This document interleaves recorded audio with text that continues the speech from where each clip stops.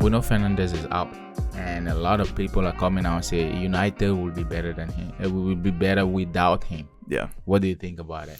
I Well, don't think so. it upsets me greatly because it was the I had just brought him in my fantasy squad. Oh, dang. Our top corner fantasy squad. I brought him in 2 weeks ago, and he did all right. And now he's hurt. Now I've got to figure out some my other midfield gosh. adjustments. I'll probably try to bring in maybe like João Pelini or some shit. Yeah. We'll figure it out. But his time at the club's running out anyway, though. That's true. And it's not necessarily that it's that he's playing so poorly, but it's like you're getting into this kind of Granit Xhaka, and those are different players and they're different clubs with different legacies. But it's like the fans are getting restless with you, and you're far from the only far from the only issue. Yeah, that's where it becomes a problem. It's like, look, he's got issues with his leadership. He's not a great leader. No. He does disappear in certain games. He's by far your most technically gifted on the ball. Yeah. He's by far your best passer on the ball. When you're looking at issues of Man United, I don't believe that Bruno Fernandes is one of them, or if not, he's most certainly not one of the top, most easily fixable ones. So if anybody is, that just builds resentment. And I mean, he's stayed longer at that club than he probably should have. Yeah, his quality as a player is better than where United have been for most of his time there.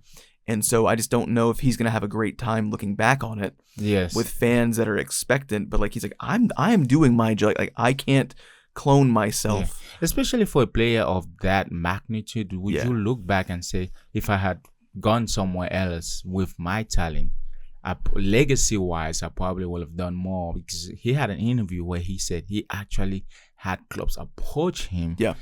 And he had the option out, but he just kind of wanted to stick with it, with the bad, the good, but they were more bad than they were any good. Yeah, well, and then in between that as well, just a lot of mediocre. Yeah. Just a lot of mediocrity happening within that club, and it's just, you can do the Salah thing, and because I feel like if nobody had said anything about Salah, despite him playing horrendously this season, he's got a pay rise.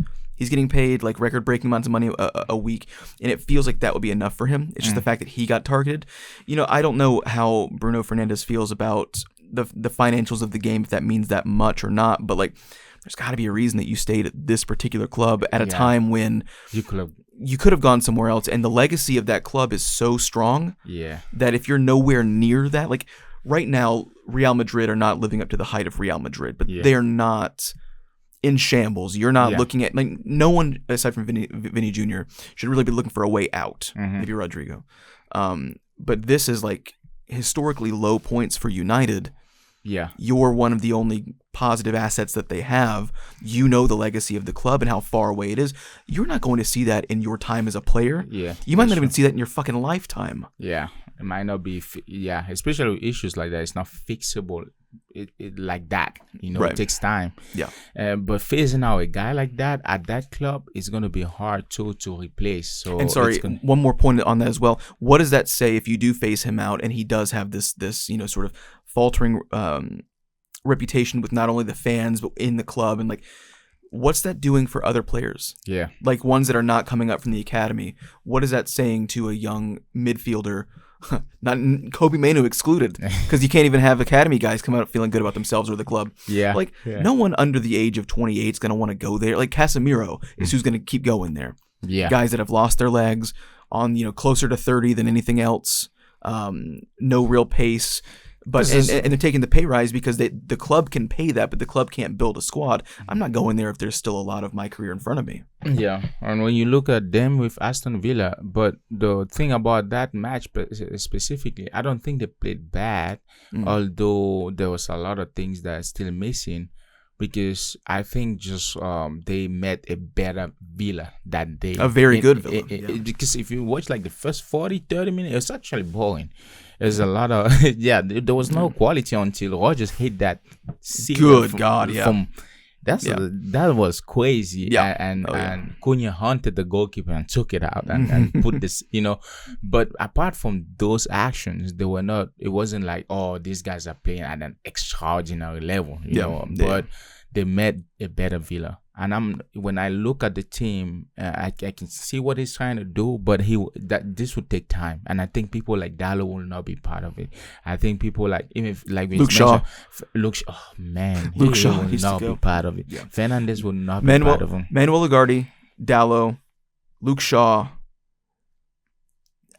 Sesko's not working out either, man. Yeah, Sesko's not working out. He can still turn it around, but like, I mean, on paper there's talent. There's a proving you can do it. Yeah. There's a big if too, but we kind of want to see the can do it now. Yeah. Well, and you've also got guys like Mbeumo, guys like Cunha, who, if the system was completely to blame, they wouldn't be playing as well as they are or have been when they're outside of injury. But like, they are at least coming in and immediately you're seeing their identity as players.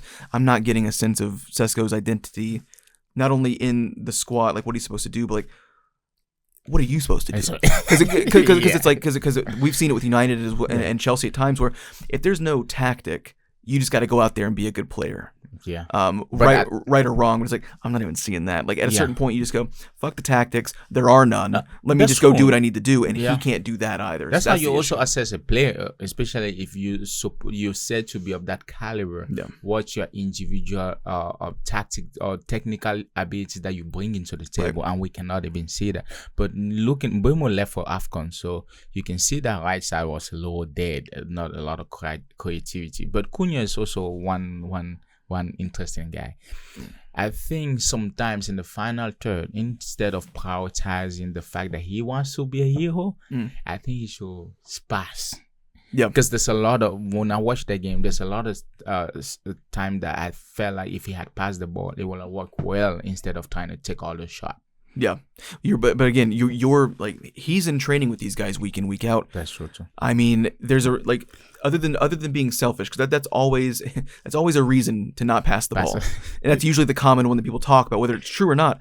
But I mean, who's he passing to? Is it if it's Sesko?